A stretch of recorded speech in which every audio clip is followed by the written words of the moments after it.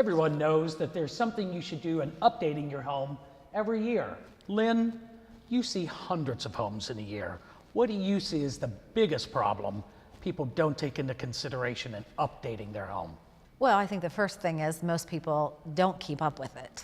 So what they need to do, as I've said many times to people, is keep up with updating the whole time you own your home, and maybe just budget every year a project to keep the house up to date. So updating can be hardware, doors, hinges, lighting. Absolutely, it's all of that. So your flooring, I mean, I think carpet usually has about a life of 10 to 12 years, but yet I'll go in homes that have 20-some-year-old carpeting that's stretched and seen better days, but they're trying to sell the house like that. You can't. I think we've all seen those. One do you consider to be the most important room someone should truly concentrate on in their budget in updating a home? Probably the number one room in a home is the kitchen, but probably number two, this is for buyers, is the master bedroom and suite. Those two rooms right there are what really, putting the money in those really pays off. Do you find that more people are interested in a master bedroom space, or are they looking for more of a suite in the master bathroom? You know, it's actually the bathroom is more important today than even the room. I mean, I think that, you know, if I were building a new house now, I would have a pretty small bedroom that would just accommodate, say, a king-size bed and nightstands and maybe a TV, but everybody wants a large closet right off their bathroom, so everything is right there. So you almost could use a larger master bathroom than you could a bedroom. And in this master bath, I guess there's probably a lot of us out there that need to reconsider the big jacuzzi tubs that have been installed 20 years ago, with tile all around them. Is that something one should consider for a massive walk-in shower? Absolutely, that would be a great update. Most people now, when they buy a home with one of the 1990s big, huge whirlpools, they are yanking those out because they took up so much space.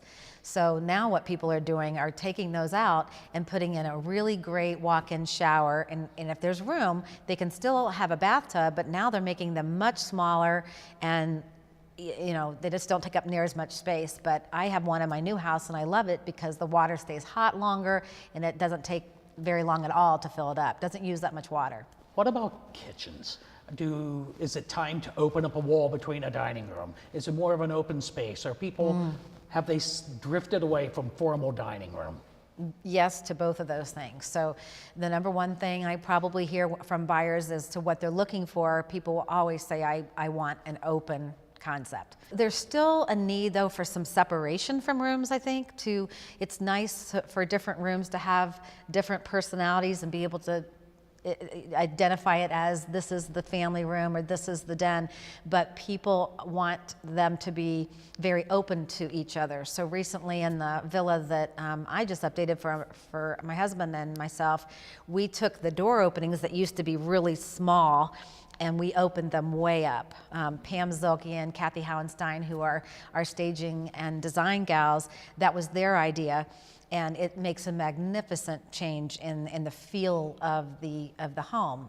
It's more open, yet there is definition between spaces, so you can have a little different feel to each one. Thank you, Lynn. These have been some great tips. And I know from experience with working with your incredible design team at my store, OFD Total Home, that you have a great group that is available for hire to help all of your clients in their moves. Yeah, they're super.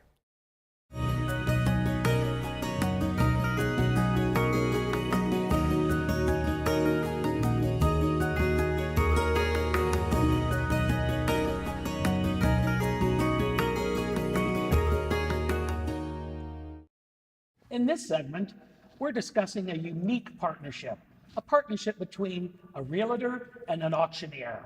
Joining us today is Tim McCulloch, president of Shear McCulloch Auctioneers, and Lynn Reecer with Reecer Properties.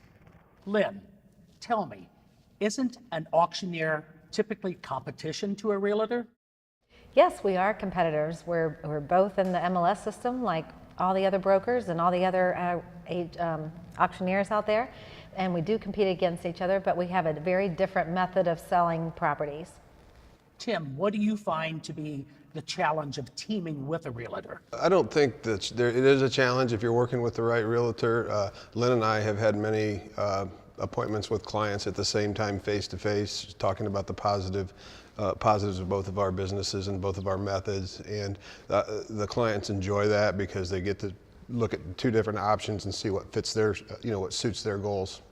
Do you find there is more excitement or momentum built around a property that goes to auction? Well, I'd say I think they both have a lot of excitement and momentum when they hit the market. In a traditional listing, there's a lot of excitement about a new listing, but it doesn't stay new for very long. In the auction situation, it does bring out more and more people. People come out of the woodwork actually because there's a set date and it's going to sell that day. When the auction is advertised, that day it is going to sell, and people have this perception that they're going to get the best deal at an auction. Do you find that there's a double benefit to a client where they may be able to dispose of their personal property at this time along with their real estate? Yes, if you can do everything in one day, sell the personal property, sell the real estate, they both benefit or complement each other. I've had many cases where someone has come to the property to purchase something other than the real estate and end up buying the real estate. What has been one of the more, let's say, exciting transactions that you two have done together? I know I enjoyed the auction at the Bishop Knoll Mansion on West Washington recently, and that was quite an event here for Fort Wayne and for both of you. Yeah, that was a really neat partnership, and in that case, we did list it. That was a historical property, a very, very unique property. I was going to say the same property, sure. It's refreshing for both of us because we were able to help the client with their needs. They tried the traditional. The market didn't respond to the price, and so then we got together and used the auction to find what the market was and get the property moved for the family. And everyone is happy in a short-term basis. Yeah, it was a great experience, and that's a great case. We've probably done about 12 properties together since we started working together, but that was a really rewarding experience for us because we were able to help the client, and I think one of the great benefits in that situation was it was a 10,000 square foot home with many personal items that needed to be moved and packed and taken care of, and Tim's team does that. He has a division of his company called Senior Relocation, and you can tell them a little bit about that. Right. We can help them with the packing, the moving, the sale of the real estate and the personal property. With the Knoll Mansion, we actually did live internet online bidding, so our team comes in and photographs all the items in the house. They're cataloged online, and bidders from all over the world can competitively bid for the items, assuring that they get fair market value for everything. So we pretty much utilized all of our services for the Knoll Mansion. Tim, Lynn, thank you. What a unique partnership. Thank you. Thank you. Ossian Furniture. Magnolia Home by Joanna Gaines is coming to the area in a big way. Ossian Furniture and OFD Total Home are celebrating the grand opening of this new space in Ossian. If you love the look, come and see all that Magnolia Home has to offer. Ossian Furniture and OFD Total Home, we have your style at home. 5 minutes south of 469 on Highway 1. Ossian Furniture. So today we have with us Nick Henry, co-owner of Housemaster Home Inspections, and also Corey Allen from Reecer Properties, our transaction coordinator and vice president of client service. I personally like to recommend a pre-inspection. I know some people debate about that. So what do you think about the process of getting a pre-inspection? The people that really, I think, get more benefit out of it are the people that either want to sell their house for a premium or sell their house faster, because they can take that information and it's like staging a house in that. And who doesn't want to sell their home as fast as it can be? By getting a pre-inspection, which is typically about $300, would you say? Depends on the size of the home. Depends on the size of the home and the $350, age, yeah. something like that. And you'll get a full report on the house. And we've used that with a lot of clients, and it makes them feel more confident, going into the process of marketing the home. Corey, can you think of some instances where we've had clients where after the fact, when they bought a home and closed, they found a problem that wasn't detected in the inspection? And one was just a couple of months ago where we had a buyer that we represented, bought a house, moved in, and then went to open some of the windows, and the windows wouldn't open the way they should have opened. And as much time as an inspector spends at the home, it's hard to catch everything. So the recourse would be, the first thing I would do is find out if the seller was aware of this. I'd go back to the inspection report, see if the inspector made any mention of it. And at that point, we would then reach out to Nick or whoever the inspector was for the property and try to get some more information about what exactly happened. Right. We find that a lot of issues really aren't as important as they may seem. We had one gal move in, and I got a call a couple weeks later, there's water on my floor. First thing we're thinking is piping, of course. So I went out, I looked, we couldn't figure it out. We found out over time the refrigerator was actually thawing and spilling water on the floor. So, first thing you think, and this is a common human attribute, anything you see in a house you think is major. Well, when we research it, it may not be. I know on roofs, you'll see a water stain on the ceiling. First thing you think is, my roof is leaking. Well, it may just be where a vent pipe comes through and there's a crack. It's a $20 fix. But I think human nature, you think it's a lot bigger. So let us come out, take a look, and then we make the next step from there. And we do that as a team. So. And are inspectors typically insured so that if there is something that they missed, are they insured? We are. We're required by the state to have a level of insurance, both errors and omission and general liability. And every inspection company in town should have that certificate for you if you need to see it. So tell me, Nick, how long do one of your inspections typically take? I know it varies on the size of the home. The actual inspection will usually take 2 or 3 hours.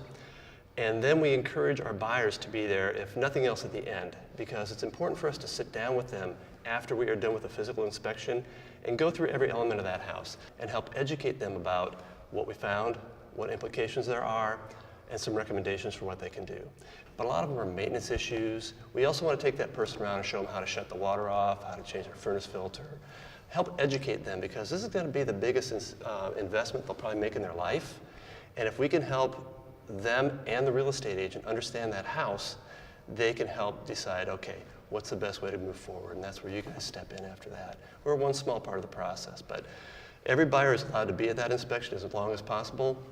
But we really prefer, if they can, the last hour, if they can make that full hour, and we'll walk them through it. So, and it's not a pass-fail or a good-bad. Every house has issues. My house has issues, and I'm an inspector. It's just put in perspective and say, here's what you have. Very good. That's great information for consumers. Thank you. You bet.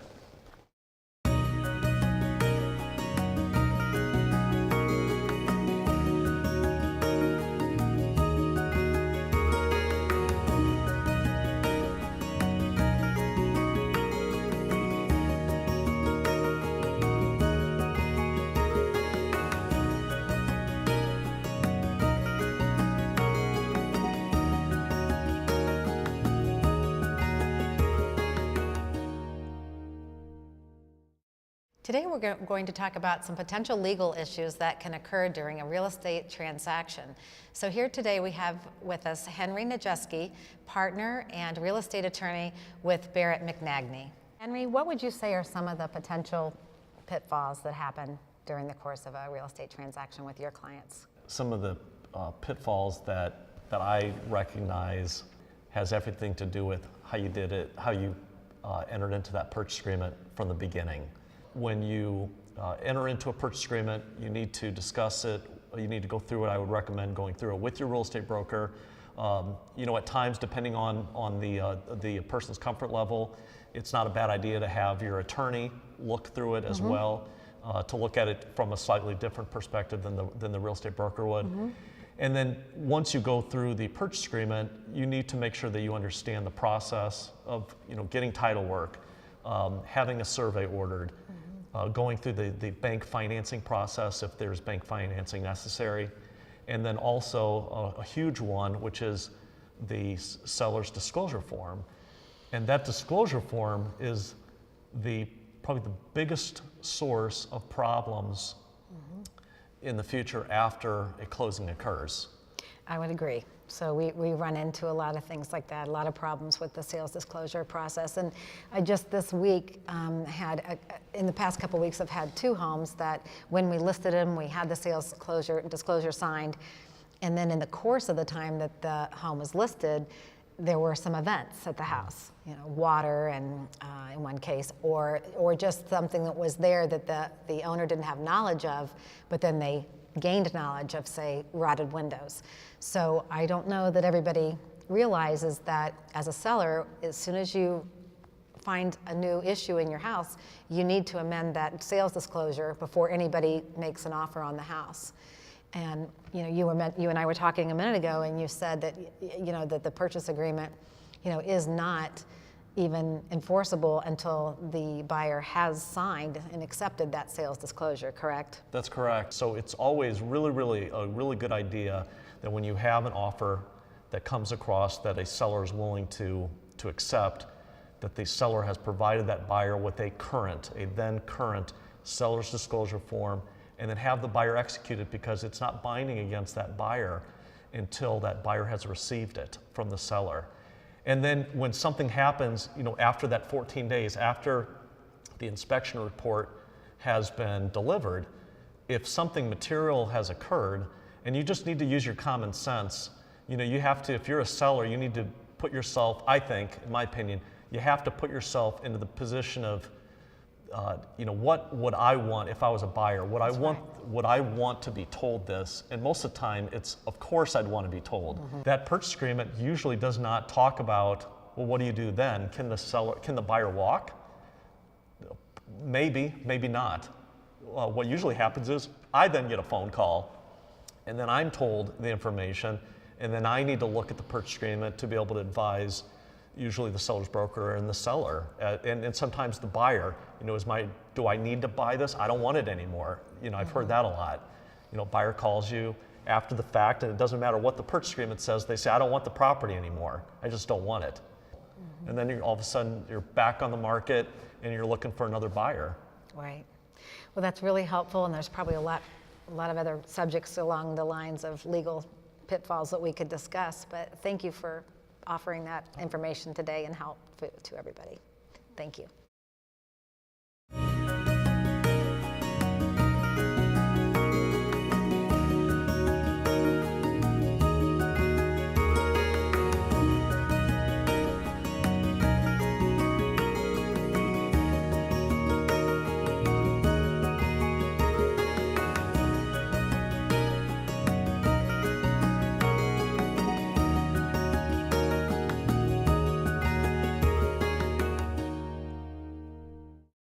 And now we're going to talk about downsizing. Lynn, I know that you recently downsized. You had a beautiful home in Covington Lake Estates, your family home of 20 plus years, and then we're now neighbors in Covington Creek. What did you find to be the most challenging aspect of that move? Just moving itself. So one thing that you realize is you've accumulated a lot of things over 20 some years. So you almost need to just discipline yourself to every year go through your house and clean out the closets and get rid of things that other people could be using. So, if you have things that you're just not using anymore that were your kids, and go ahead and donate them or give them away to friends or things. But it makes the job of moving after 20 years so daunting to try to go through that. The other thing is, I know that we wasted money on packing things up and storing them only to move them to our new house, and now I've had to go through it about 3 times to keep getting rid of. But I see other people do it all the time too. So in this downsizing process, do you find that some people are in need of possibly renting a storage unit until they can get their items edited down to fit into their new space and understand how they need to live in their new space? That is a great idea, Richard, because sometimes, and I've done this before too, sometimes you're too hasty and get rid of some furniture pieces and then you wish you had them. So it's a great idea. So if you could just rent a small storage unit and then maybe keep a few pieces in there that you love that you're not sure about yet, but make a decision on them within, say, 6 months. You can do that. Excellent. And I'm sure, as we all know, we have family, we have friends, and there's incredible resources to take on these extra things that we realize we no longer need in our new life. It makes you feel good. It makes you feel lighter, just getting rid of things that you don't need anymore and taking them to a consignment shop or taking them to Goodwill. Why do you think more people are downsizing? What is it that they're looking for? I think probably the number one reason that empty nesters downsize is they realize they just have this big house that was full of kids before, and now, you know, they don't need all that space. And I think also after maybe living in a home for a long time, you're ready for a change. I would say just in our case, I mean, we loved our home, but it was almost kind of sad walking by all the bedrooms where the kids are gone and they're not going to be back living here anymore.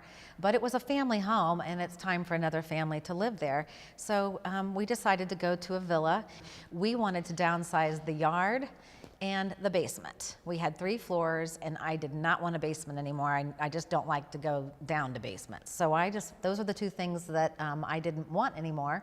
So we found a villa that had 2 floors, and in Fort Wayne, in the area, there are not that many villas. I mean, there is a real shortage of villas, but it is a great lifestyle when you are an empty nester, not to have to worry about the yard anymore and the outsides. There's a lot of movement downtown right now, a lot going on. So I find a lot more people are saying, hey, I might want to live in a villa closer to town, or even in a condo in downtown Fort Wayne now. So some people And there are just some wanna change. incredible options out there. We have so many people that want to buy villas right now, and we can't seem to find enough of them. Most of them are like the one that my husband and I bought is very, very dated. So we had to go through a 6-month process of redoing the whole home. We got it for a great price, but then we had to remodel the whole thing.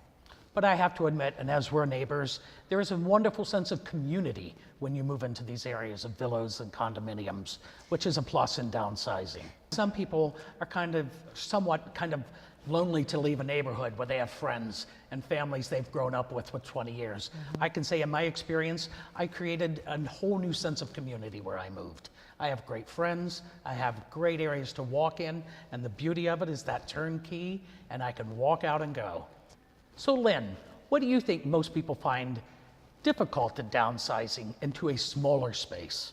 Say you're going from a 4-bedroom home and you want to go to a 2-bedroom, then you need to think of ways you can multi-purpose rooms. For instance, if you buy a 3-bedroom condo or villa and you want to be able to have room for guests sometimes, but you know it's very rare, then make those rooms into something else you can really use, like an office, but put a Murphy bed on the side. Oh, great. So someone can use a room as a den, an office space. It's also a bedroom for guests. So it's multi-purposing the space that they find. Another example of that would be in the villa that my husband and I just bought. We took one room and made it his office, his TV room, and his exercise room. It's all in one room. So repurposing what you have in a new space and adjusting your lifestyle to accommodate. Exactly. Great. Thank you, Lynn. This has been very insightful. We hope this has been helpful for you also as you get ready to downsize or are looking to sell your current home.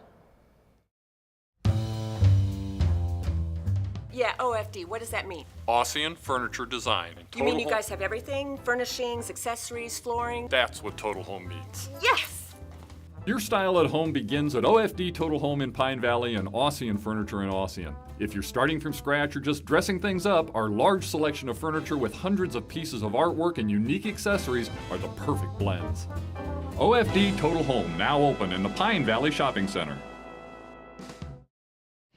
Joining me now is Dr. Craig McBride, who has been a Reecer Properties client both in Fort Wayne and up at the Lakes area, Lake Wawasee in particular. So what would you say would be one of the primary differences between buying or selling a lake home versus a residential home in Fort Wayne? Well, the most obvious difference is the difference in price. The lake homes are much more expensive per the size of the home.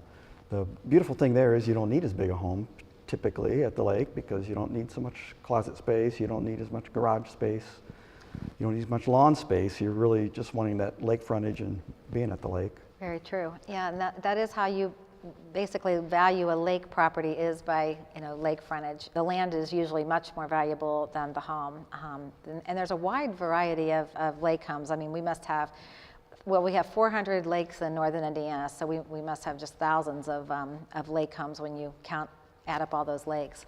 One of the best things about living in northern Indiana, I think. So when you, after you looked for about 6 months around Lake Wawasee, what was it that that caught your attention when you walked in the house that you bought and you pretty much bought it on the spot after looking for 6 months? Yeah, I think we'd looked for a long time, including, getting online and looking, and my wife knew the style of home that she liked, and we walked into the home that you showed us, and everything was pretty much like what we'd dreamed about. It was that Cape Cod style that she liked. It had the more lake frontage. We had sold a home with a little bit less lake frontage. We were looking for a little more privacy and more lake frontage, and everything just seemed right. We walked in, the home had been updated, so it wasn't going to take a whole bunch of Do you think that was a bunch big of work. factor? That was a really big factor. And it was priced right. I think That's true. the couple that we bought the home from, who had updated it, I think they thought they were going to be using it a lot because they have children and grandchildren. They're from the north side of Indianapolis, and they thought they would be using it pretty much every weekend through the summer months. And they had been there for, I think, 20 years, probably. So they had updated the home with that in mind. Very nice secondary bedrooms for the kids. And what they found was that their kids and their grandkids were coming up about twice a year instead of every weekend. And it was largely, from what they told us, largely due to travel sports. So instead of the kids coming up, they were driving down to Indianapolis. Yes, that's kind of unfortunately, that's had a big effect on the market, the travel sports. I met somebody recently that was very involved in the RV sales, and they said there's so many families now that are buying RVs with washer and dryer in them, and they just drive every weekend from sporting event to sporting event. So that's really had a big impact on the lake, and I think it's a shame, see if you agree, but I think that the time at the lake, whether or not you have a lake home, I mean, when I grew up in Ohio, we had a little 16-foot boat, and we just drove our boat on a trailer and went to different lakes on the weekends, and it was some of the best memories of my whole childhood because you have that unstructured time together. Yeah, I agree. Anytime you can be at the lake for us is wonderful. And I guess fortunately for us, our kids are older than that now, and so we don't have that issue. So for us, it's more, we have busy jobs. We don't have the time to be gone on vacations a lot. So this is like a little mini vacation. We even go up in the wintertime. You're right. And, 45, 50 minutes away is the best part. Exactly, 45, 50 minutes away, and it feels like it's the other side of the country, yeah. Well, thank you for being such a great client of ours. We've loved working with you and Melanie. Well, you've been terrific. Oh, thank you. Yeah.